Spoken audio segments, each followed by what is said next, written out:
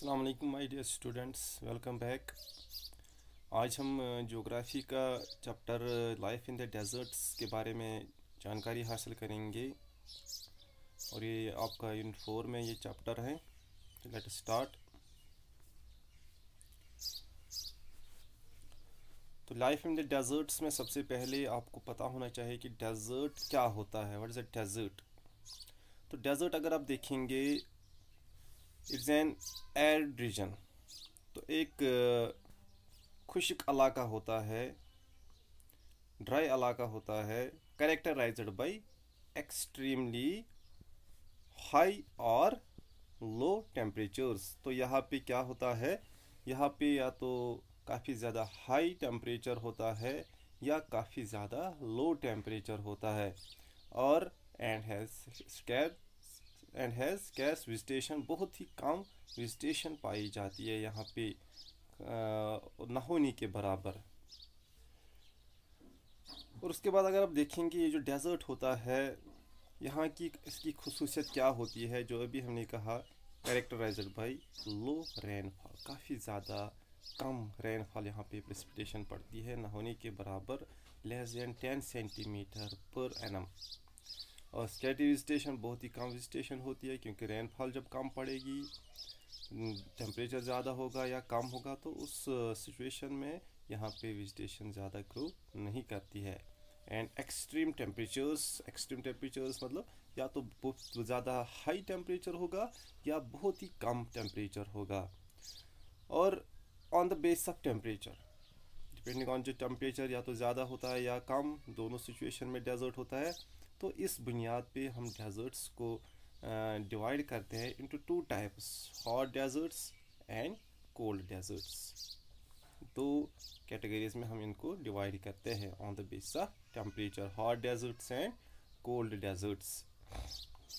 और ये जो यहाँ पे लोग रहते हैं अब इन डेजर्ट इलाकों में, तो वो उनके पास जो लैंड होती है, अपनी इनकी लैंड होती है, तो लिटिल जहाँ पे थोड़ा सा वाटर अवेलेबल होता है, तो वहाँ पे वो कुछ एग्रीकल्चर एक्टिविटी करते हैं जहाँ पे कुछ वाटर अवेलेबल, जिसको हम आगे पढ़ेंगे अब, जिसको हम ओएसिस कहते हैं।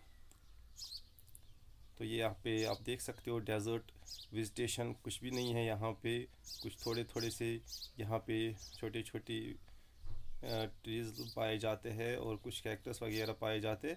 तो ओवरऑल अगर आप देखेंगे तो यहाँ पे विजिटेशन कहीं नज़र ही नहीं आती है, काफ़ी ज़्यादा टेम्परेचर हाई या लो होता है। तो अब हम पहला पढ़ेंगे, पहला जो टाइप है डेजर्ट का, that is the hot desert.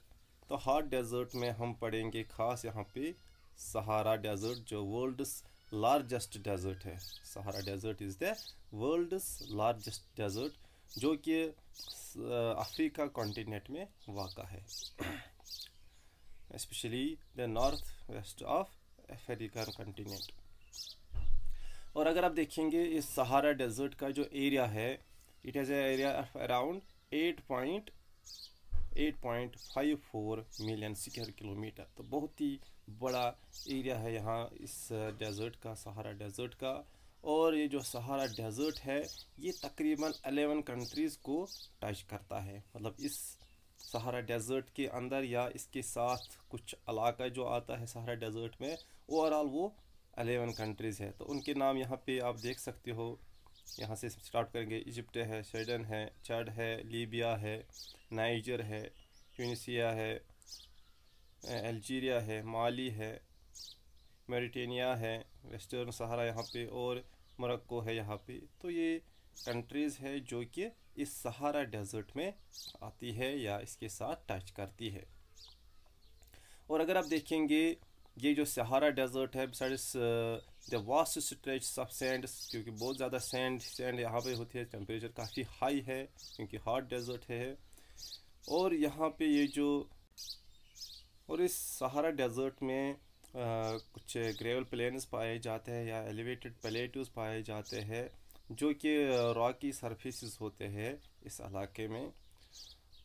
और उसके बाद जो ये सहारा डेजर्ट है, जो ये रॉकी सरफेसेस होती है, may be more than 2500 metre high at the some places. तो कहीं किसी किसी जगह पे ये जो रॉकी सरफेस होते हैं या एलिवेटेड पैलेटिव्स होते हैं, उनकी जो हाइट होती है नियर अबाउट 2500 मीटर हाई, या हम कहेंगे 2500 मीटर अबो सी लेवल। उसके बाद क्लाइमेटिक कंडीशंस, यहाँ पे जो सहारा डेजर्ट है किस किस्म की क्लाइमेट पाया जाता है, क्लाइमेटिक कंडीशंस हैं यहाँ पे। तो क्लाइमेट अगर आप देखेंगे तो पता ही है आपको कि ये हॉट डेजर्ट है, तो यहाँ पे स्कॉचिंग हीट होती है, काफ़ी ज़्यादा हीट होती है और काफ़ी ज़्यादा ड्राई होता है। यहाँ पे होने के बराबर ही यहाँ पे भी रेनफॉल पड़ती है। यहाँ पे सर्वाइव करना काफ़ी मुश्किल है इंसान के लिए। और छोटा सा रेनी सीज़न होता है यहाँ पे, वेरी शॉर्ट रेनी सीज़न, थोड़ी सी रेनफॉल जो पड़ती है तो बहुत ही कम न होने के बराबर। और the sky is cloudless and clear, यहाँ पे क्लाउडलेस, कोई भी क्लाउड्स नहीं पाए जाते हैं, और क्लियर यहाँ पे होता है इस डेजर्ट में। और the moisture evaporates faster than it accumulates.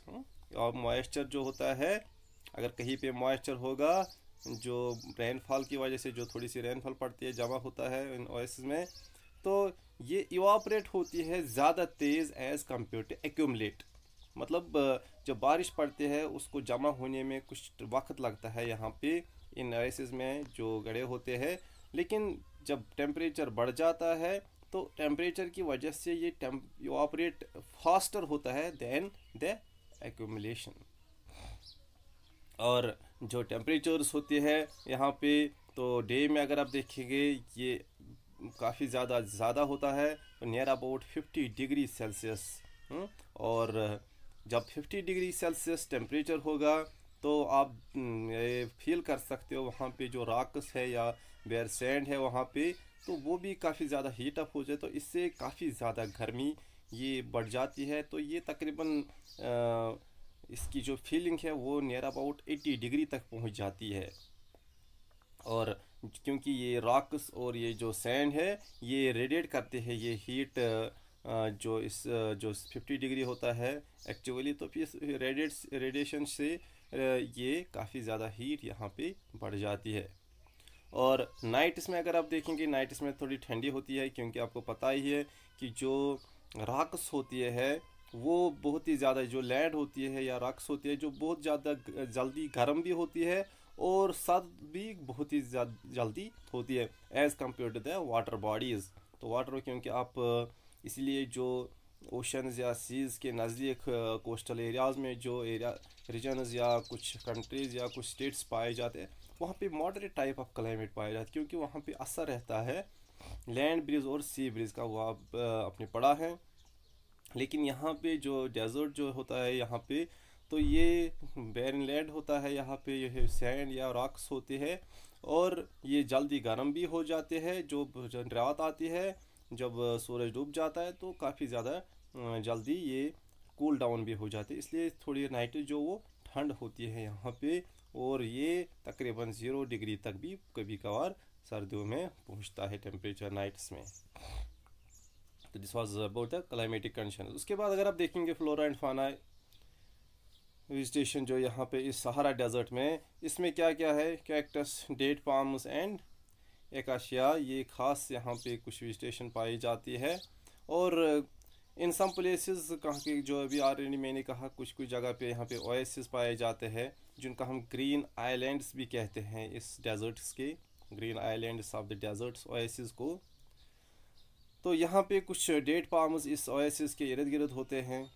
तो ओएसिस जो होता है ये कुछ वाटर, जब रेनफॉल पड़ती है फिर वाटर जब जमा हो जाता है, कहीं पे गहराई होती है डेजर्ट में, तो वहाँ पे कुछ दिन के लिए, कुछ हफ्तों के लिए वाटर जमा रहता है। तो उसके बाद क्योंकि मॉइस्चर रहता है इस सॉइल में, वहाँ पे आसपास की जो सॉइल वहाँ पे लैंड होती है, तो वहाँ पे थोड़ी सी वेजिटेशन ग्रो करती है। और जो खास एनिमल्स पाए जाते हैं वो है camels, hyenas, jackals, foxes, scorpions, और बहुत सारे स्नैक्स यहाँ पे पाए जाते हैं, लेजर्ड्स पाए जाते हैं। तो ये कुछ खास एनिमल्स हैं जो इस हॉट डेजर्ट, खासकर सहारा डेजर्ट में पाए जाते हैं। नेक्स्ट, ये ओएसिस जो अभी मैंने कहा, आप देख सकते हो यहाँ पे थोड़ा सा गहरा है यहाँ पे, और इसमें यहाँ पे वाटर जमा हुआ है, और इसके आसपास जो अलग कुछ लैंड है, इसमें कुछ डेड पाम्स वगैरह वेजिटेशन ग्रो हुई है, क्योंकि मॉइस्चर की वजह से मॉइस्चर अवेलेबल है यहाँ पे। तो oasis depressions are formed when the wind blows away the sand, क्योंकि यहाँ पे विंड का भी तेज़ असर होता है, क्योंकि तेज़ विंड चलती है, कोई बैरियर नहीं होता है, वेजिटेशन कवर नहीं होती है, बड़े बड़े माउंटेन्स भी नहीं होते हैं, तो इस वजह से विंड की रफ्तार तेज़ होती है और ये अपने साथ जो सैंड है वो उठाती है, और इस कहीं पे इतना ज़्यादा असर रहता है कि यहाँ पे डिप्रेशंस बन जाते हैं इस रेगिस्तान में। और उसके बाद क्या होता है, इन डिप्रेशंस में यहाँ पे ये अंडरग्राउंड तक पहुँच जाते हैं, इनकी जो गहराई है ये अंडरग्राउंड वाटर टेबल तक पहुँच जाती है, और जिसकी वजह से यहाँ पे ओएसिस बन जाता है। और फिर उसके बाद जब रेनफॉल पड़ती है, इन ओएसिस में थोड़े से वाटर जमा हो जाते हैं, तो एक किस्म का ये एक छोटा सा पॉन्ड बन जाता है यहाँ पे। तो इस वजह से यहाँ पे जो आसपास की लैंड होती है इसमें फर्टिलिटी रहती है, क्योंकि मॉइस्चर अवेलेबल होता है, तो थोड़ी सी वेजिटेशन यहाँ पे ग्रो करती है, खासकर जो डेट पाम्स होती है वो यहाँ पे ग्रो करते हैं। और कुछ अगर बहुत बड़ा ओएसिस भी होगा तो यहाँ पे लोग इसके आसपास कुछ एग्रीकल्चर एक्टिविटी भी करते हैं। और अगर आप देखेंगे तेफिलेत जो है ये एक ओएसिस है मोरक्को में, जो बहुत बड़ा, सबसे बड़ा ओएसिस है इस सहारा डेजर्ट में, जिसका एरिया नियर अबाउट है 13,000 स्क्वायर किलोमीटर।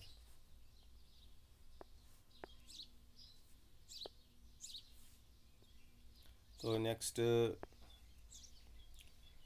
पीपल जो यहाँ पे रहते हैं लोग, वो किस किस्म के होते हैं, उनकी ज़िंदगी कैसी होती है। जो ऑलरेडी मैंने कहा कि काफ़ी ज़्यादा टेम्परेचर होता है इस इलाके में, सहारा डेजर्ट में, तो यहाँ पे सर्वाइव करना काफ़ी ज़्यादा मुश्किल है इन हार्श क्लाइमेटिक कंडीशंस में। लेकिन इसके बावजूद भी कुछ यहाँ पे लोग रहते हैं इस इलाके में, क्योंकि उन्होंने अब एडाप्टेशन की है इस इलाके में अपने अपने तौर तरीके से। और उनमें से ख़ास जो है कुछ ट्राइब्स जो है बेडुइन्स एंड टुरेग्स, ये कुछ ट्राइबल लोग हैं जो यहाँ पे रहते हैं।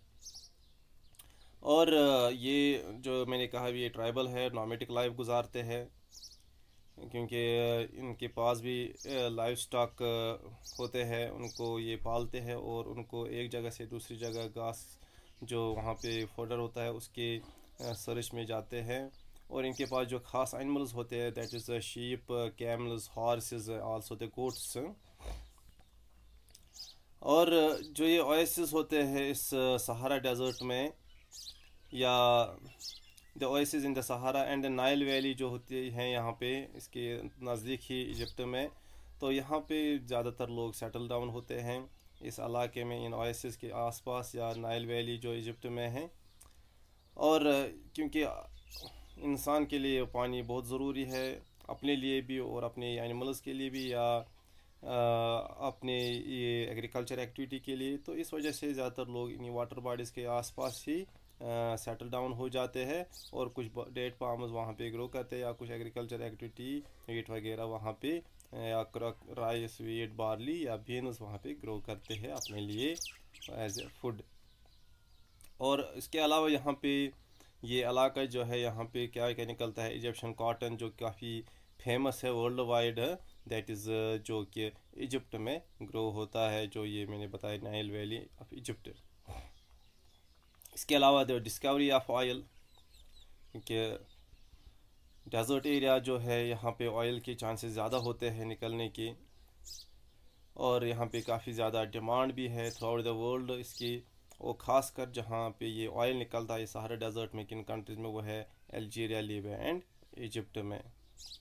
और बहुत सारे इसके अलावा और मिनरल्स भी यहाँ पे निकलते हैं, जैसे आयरन, फास्फोरस, मैग्नीज और यूरेनियम, जो कि काफ़ी ये यूरेनियम जो मिनरल है ये काफ़ी ज़्यादा प्रेशस मिनरल्स होते हैं।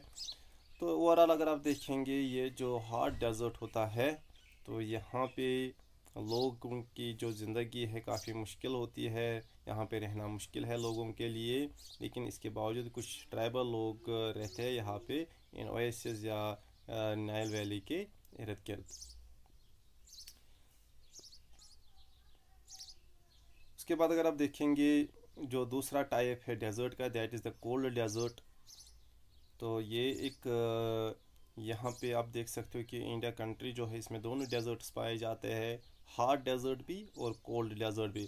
और कोल्ड डेजर्ट जो है ये in the shape of Ladakh, जो हमारे जो जम्मू एंड कश्मीर के साथ ही एक इलाका है, डिवीज़न है, लेकिन अब इसको अलग किया गया है as a union territory. Ladakh को अलग यूनियन टेरिटरी बनाया गया है। तो द कोल्ड डेजर्ट लद्दाख। तो लद्दाख जो है ये काफ़ी यहाँ पे इसकी एलिवेशन काफ़ी ज़्यादा है, जिसकी वजह से यहाँ पे काफ़ी ज़्यादा सर्दी होती है और प्रेसिपिटेशन भी, रेनफॉल भी बहुत कम पड़ती है। तो ये कोल्ड डेजर्ट है क्योंकि ये हिमालयाज़, ग्रेटर हिमालयाज़ के बीचों बीच वाक़ा है। तो ये जम्मू एंड कश्मीर जो है इसके ईस्टर्न साइड में वाक़ा है और इसमें इसके नॉर्थ में काराकोरम रेंज है हिमालयाज़ की, और ज़ांस्कर रेंज जो है ये इसके साउथ में है। तो इन बिटवीन द काराकोरम यहाँ पे आप देख सकते हो, ये this is the Karakoram range और this is the Zanskar range. तो इसके बीच में ये जो इलाका है ये लद्दाख है, बिल्कुल बीचों बीच है, ग्रेटर हिमालयाज़ के बीचों बीच में ये वाक़ा है। तो लद्दाख जो है इसका जो अल्टीट्यूड है, altitude means the height above sea level, तो ये वेरी होती है फ्राम 3000 मीटर इन कारगिल, क्योंकि लद्दाख के दो डिस्ट्रिक्ट है Kargil and Leh, two more than 800 metres in the Karakoram range. तो 3000 मीटर से 8000 मीटर तक इसकी रेंज, ये अल्टीट्यूड जो है वो वेरी होती है। इसके दरमियान में ये जो पूरा लद्दाख है इसी के दरमियान में पाई जाए, इस हाइट के दरमियान। तो यहाँ पे फिर से मैं मैप पे ये थोड़ा सा ट्रेस आउट करूँगा लद्दाख एरिया जो है।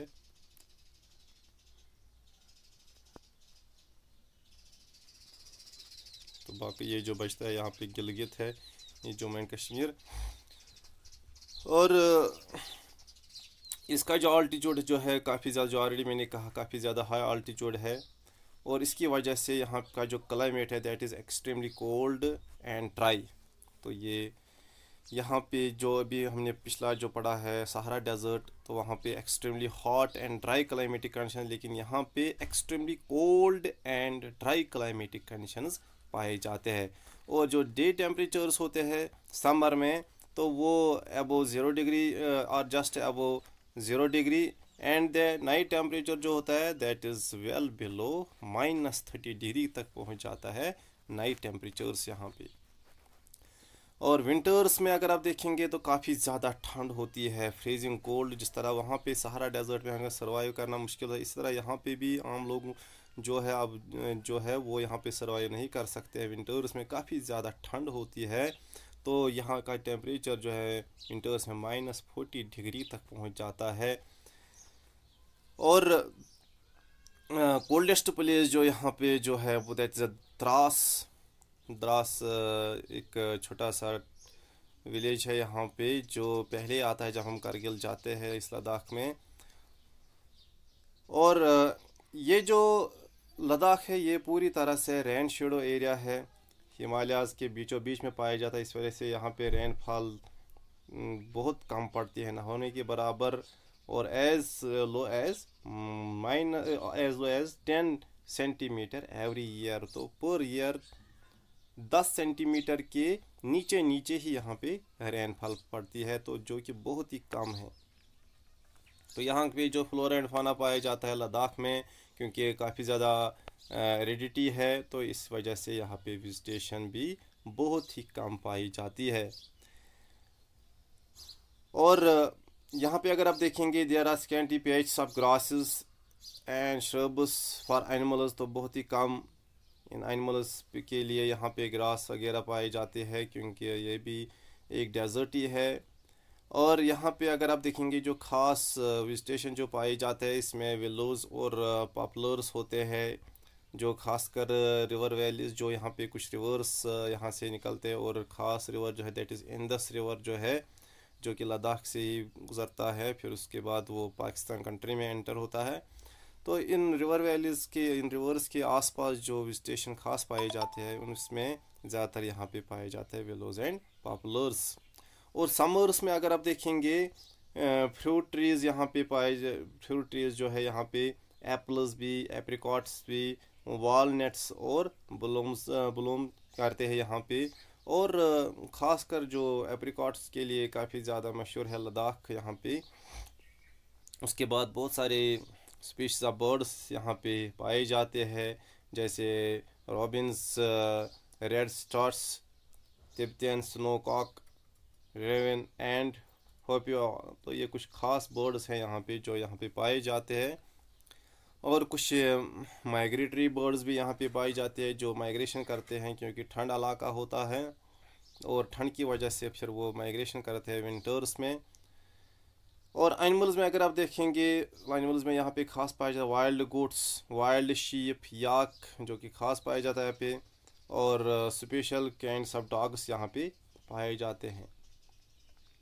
और जो एनिमल्स में यहाँ पे जो लोग पालते हैं, तो ये इनको क्या क्या फराम करते हैं, किस लिए बोलते हैं, for the purpose of milk, meat and heads.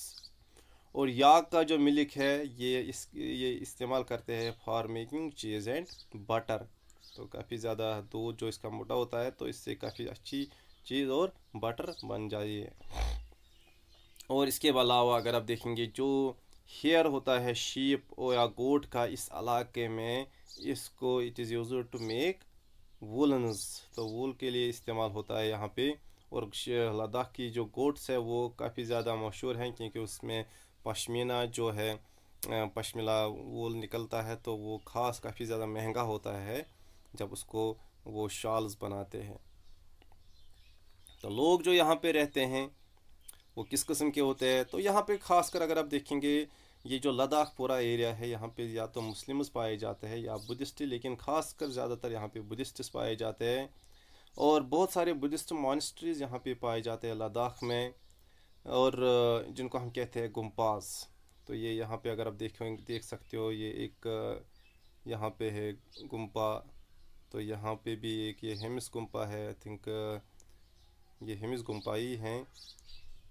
यहाँ पे तक मैं पहुँच चुका हूँ, मैं खुद भी यहाँ पे गया हूँ, हेमिस गुम्पा।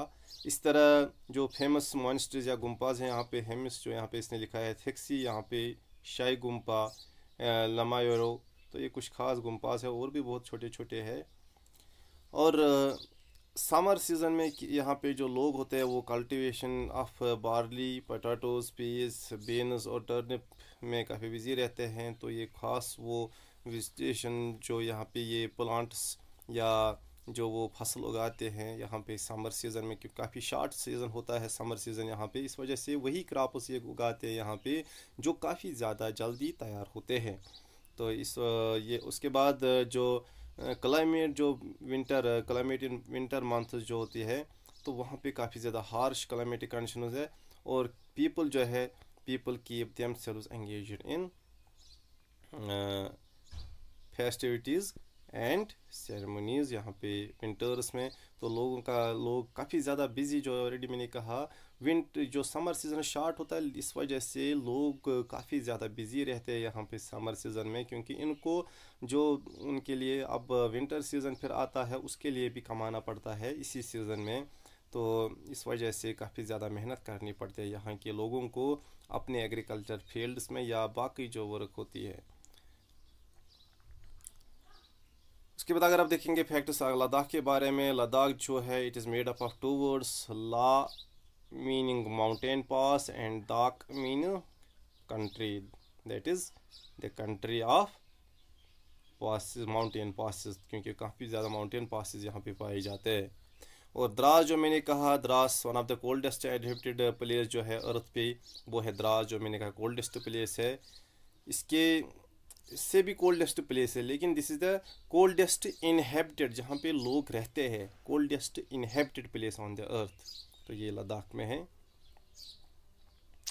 और लद्दाख को और जो नाम से पुकारा जाता है दैट इज़ खवाचान, तो जिसका मतलब है स्नो लैंड। काफ़ी ठंड की वजह से यहाँ पे स्नो तकरीबन, अगर आप कभी लद्दाख गए हो, जो लद्दाख का जो ज़ोजिला पास है, तो तकरीबन 12-14 फीट की जो सड़क के आसपास स्नो की हाइट रहती है। इस तरह जो हायर माउंटेन रीचेस वहाँ पे लद्दाख में होते हैं, काफ़ी ज़्यादा स्नो वहाँ पे पाया जाता है। और मनाली लेह हाईवे जो है क्रॉसेस 4 पासेस। मनाली जो है हिमाचल प्रदेश से रास्ता, लद्दाख के जो है ये 2 हाईवे या 2 रास्तों से जुड़ा हुआ है बाकी दुनिया से। एक तो है लेह मनाली रोड, दूसरा है यहाँ से जो जम्मू एंड कश्मीर, ये कश्मीर से जाता है सोनामर्ग ज़ोजिला पास से। तो लेकिन जो मनाली लेह हाईवे है, तो इसमें 4 पास आते हैं, रोटिंगला, बारालाचा, इस तरह है लोंगालाचा ला एंड टांगलंग ला, तो ये 4 पासेस आते हैं इसमें। लेकिन जो यहाँ से जाता है सोनामर्ग से रोड, उसमें एक ही पास आता है, दैट इज़ ज़ोजिला पास। और चिरू और द तिब्बतियन एंटीलोप, तो ये एक यहाँ पे इज़ एन एंडेंजर्ड स्पेसीज है, यहाँ पे ख़त्म होने के करीब है। और क्यों? It is hunted for its wool, के लिए यहाँ पे ये हंट होता है, शाहतूश जिसको हम कहते हैं। तो ये काफ़ी लाइट होता है वेट में, एंड एक्सट्रीमली वार्म होता है। इसका जो वूल होता है तो वो काफ़ी लाइट इन वेट में होता है, लेकिन वार्म काफ़ी ज़्यादा होता है। इसके अलावा जो ऑलरेडी हमने कहा था कि यहाँ पे जो ख़ास ट्रीज़ उगते हैं इन रिवर्स के इर्द गिर्द, that is the willow and popular trees. और जो फाइनेस्ट क्रिकेट बैट्स होते हैं जिससे आप खेलते हो, तो ये इसी विलो ट्री से बनते हैं। Thanks for watching. To remember me in your precious prayers, stay home, stay safe, have a good day. अस्सलाम वालेकुम वरहमतुल्लाहि वबरकातुहू।